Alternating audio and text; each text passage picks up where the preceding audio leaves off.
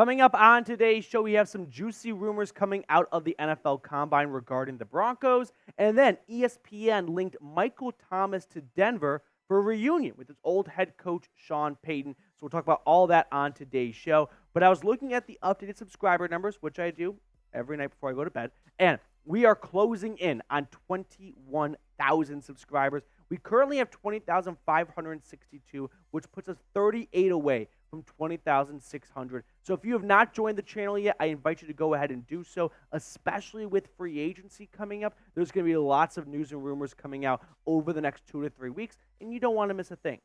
Now, let's get into the NFL Combine rumors, starting with this one. Good luck moving up. There's been a lot of chatter about what the teams at the top 3 at the top of the draft are going to do. And it appears that all 3 are looking to stay where they are and pick a quarterback. Here's what Dan Graziano had to say about the Patriots and their 3rd overall pick. There's a lot of speculation about what the Patriots will do with number 3 pick. Some thought early in the week that a trade down was possible, but by the end of the week, the sense seemed to be that the Pats would stay put and take one of the top 3 quarterbacks.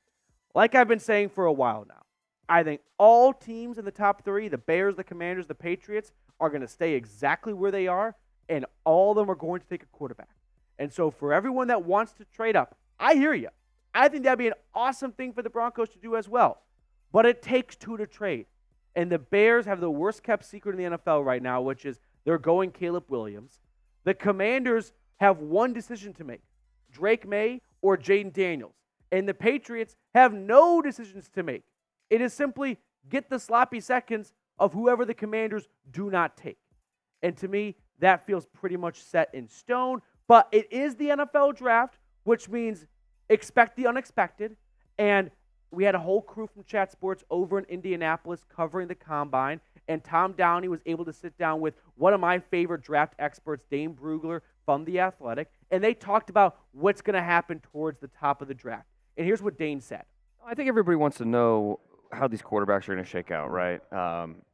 It feels like we're going to see some action in the top 5, and it's just a matter of how is that going to play out? Is it, I think we see quarterbacks go 1, 2, 3, and then, but who's picking 3rd?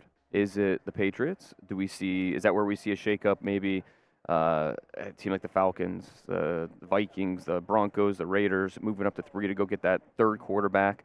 Obviously, Justin Fields is kind of like the first domino in this whole quarterback conversation.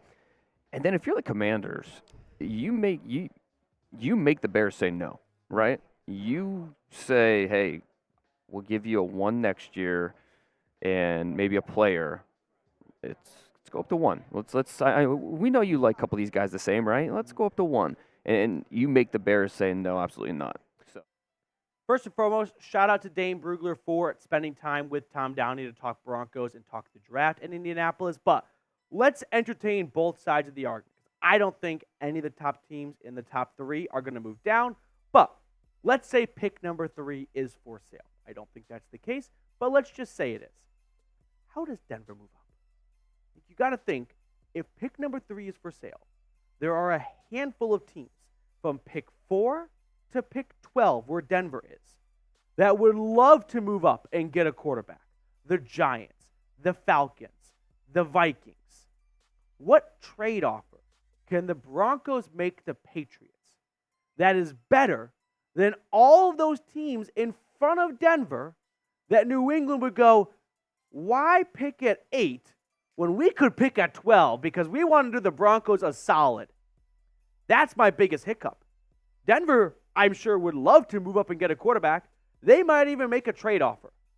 But if the Patriots aren't even interested in trading the pick, I don't see it getting through. And if they are interested, I don't see Denver making a better offer than teams above them, because why would the Patriots want to move back even further in the draft? So that's rumor number 1 coming out of the NFL Combine. Rumor number 2 is there is a lot of smoke on JJ McCarthy.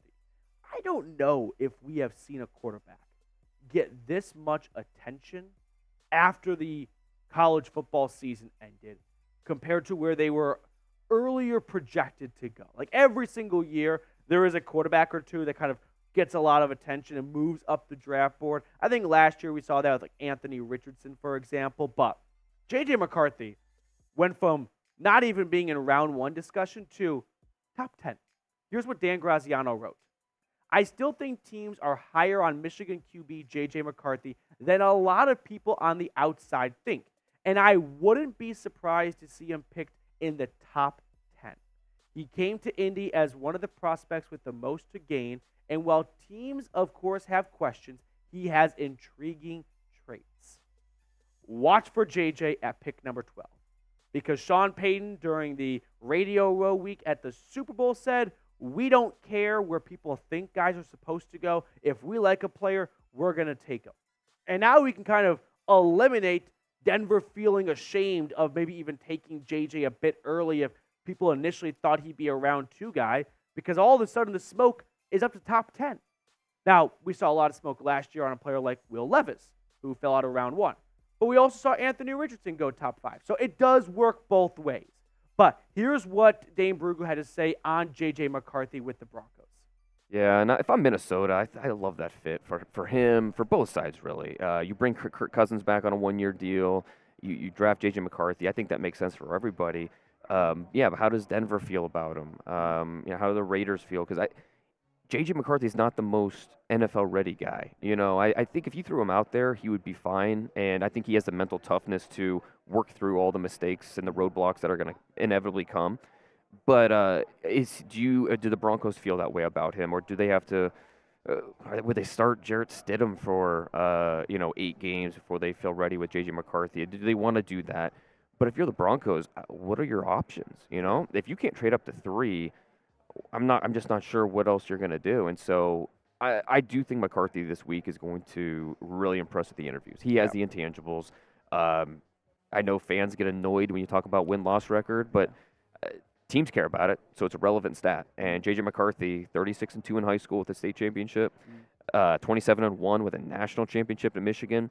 That kind of thing matters to teams. And 750 dropbacks, not ideal, but Anthony Richardson had 400 some, and he went top 5 last year. So I think teams would be willing to look past that if they believe in the player and the person. And I think one of these teams in the top 12 to 13 picks, that somebody will.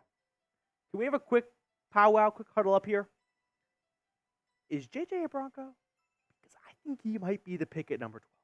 And I don't love that. Don't get me wrong. But my job is not to tell you guys what I would do. I'm not in charge. My job is to figure out what Sean Payton would do. And if I'm thinking about what Sean Payton would do, I'm thinking he wants to go get a quarterback in this year's draft. And I think JJ McCarthy would fit the mold of some similar traits we see with JJ and then Drew Brees, of course, who Sean Payton had so much success with. But like Dane Brugler said, one stat that really jumps out to teams is the record. JJ was a big-time winner in high school in Illinois, and then he goes to Michigan, 2-year starter. He loses 1 game, which happened in the college football semifinals against TCU, and he bounced back the next season for a perfect, rare 15-0. So you might not like JJ as a prospect. You might not feel like he is going to make a good NFL quarterback, but I do think we really have to start waking up to the very real possibility of JJ McCarthy being the Broncos selection at pick number 12. Now, do you want to draft JJ McCarthy? Now let's bring you guys back in the loop here, back in the fold on what you would do, right? You are calling the shots. Would you go JJ at 12? Yes or no in the comments. For me, I am still team best player available at pick number 12. This Broncos team is not a quarterback away. They have much, I wouldn't say bigger needs, but they have a lot of needs outside of quarterback. Interior defensive line. You could argue wide receiver if the draft rolls around and one of Jerry Jeudy or Cortland Sutton, or possibly even both guys, are gone at that point. If they move on from Garrett Bowles to save some money, offensive tackle becomes a big need. Cornerback, add edge rusher into that mix. Like, Denver's got a long list of needs. And ultimately, the quarterback position is going to influence the game way more than any of those other positions do. But I am not interested in taking a quarterback at 12 just because you want to take a quarterback. I've said that before, and I'm going to continue to reiterate that. Denver may want to get a quarterback in this year's draft. They definitely do. What do I mean may? They definitely want to get a quarterback. But I'm not interested in the Broncos going, well, We like 10 guys more than JJ McCarthy, but we want to get a quarterback. So let's go use our 12th overall pick on a QB. Nope. Unless you think JJ is better than all those other guys on your draft board, go with a Terrion Arnold. Go with a Johnny Newton. Go with the wide receiver. Go with an offensive tackle. Whatever your needs are following free agency. And that's the price you pay when you move on from Russell Wilson and you don't have a top 10 pick to get a surefire thing at quarterback. Third and final rumor coming out of the combine, Michael Thomas. He's going to go to Denver and follow Sean Payton like so many have before. It was the Oregon Trail. Now it's like the New Orleans Trail. Here's what Jeremy Fowler wrote on this. A few scouts pointed out Baltimore as a good fit for Michael Thomas. The Ravens likely won't re-sign Odell Beckham Jr., and they value established veterans at the receiver position. But a reunion with former New Orleans coach Sean Payton in Denver also makes sense. When he's out there and healthy, he affects the game, an NFC scout said. I think it's time to close the yearbook on the pipeline from New Orleans to Denver. We have seen it done a lot of times, and I understand this is not just unique to Sean Payton. Lots of coaches do this when they go get a new job and whatnot. But I do think if you are bringing Michael Thomas to Denver, you are really trying to go back in time. Like, Michael Thomas, that 2019 season, that was 5 years ago. 5 years ago. Think about how long it has been. If you are trying to recreate a player from 5 years ago, you are clinging on to the past. It is time to get with the present. Michael Thomas is not that guy and anywhere near that guy. I mean, look at what he's done the last 3 years. He's maxed out at 10 games a season. Hasn't gone over 500 yards. Stop chasing the ghost of the 2019 Michael Thomas. He's gone. It's not worth pursuing. But we do have to acknowledge the obvious, which is the Denver Trail, right? New Orleans to Denver, where a lot of players who played under Sean Payton have joined the Broncos in some capacity. Not all made the 53-man roster, but at some point were on the Broncos roster. And Denver's wide receiver room is a very interesting room because as things stand right now, at this present moment on March 3rd, they don't need a wide receiver. But talk to me in 2 or 3 weeks when they maybe release Tim Patrick, where they maybe trade Cortland or Jerry, and all of a sudden their wide receiver room is being led by a rookie in Marvin, or a second-year player now in Marvin Mims, who was primarily a special teamer for most of 2023. I could see Sean Payton picking up the phone and going, Mike, you got anything left in the gas tank for me? And maybe he feels like he can bring that 2019 version out of him now that he is maybe quote-unquote more healthy. But I refuse to believe Michael Thomas will ever play close to a full season again.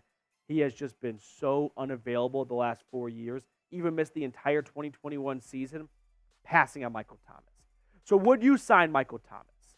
I do feel like Denver's wide receiver room last year did miss a Michael Thomas style of guy, and I think that was the role for Tim Patrick, and it's such a bummer that Tim Patrick missed last year, of course. So I feel like Denver could benefit from having a receiver who works over the middle of the field better, because that's not really Cortland Sutton or Jerry Jeudy's forte, and that's much more of Michael Thomas slant boy speed.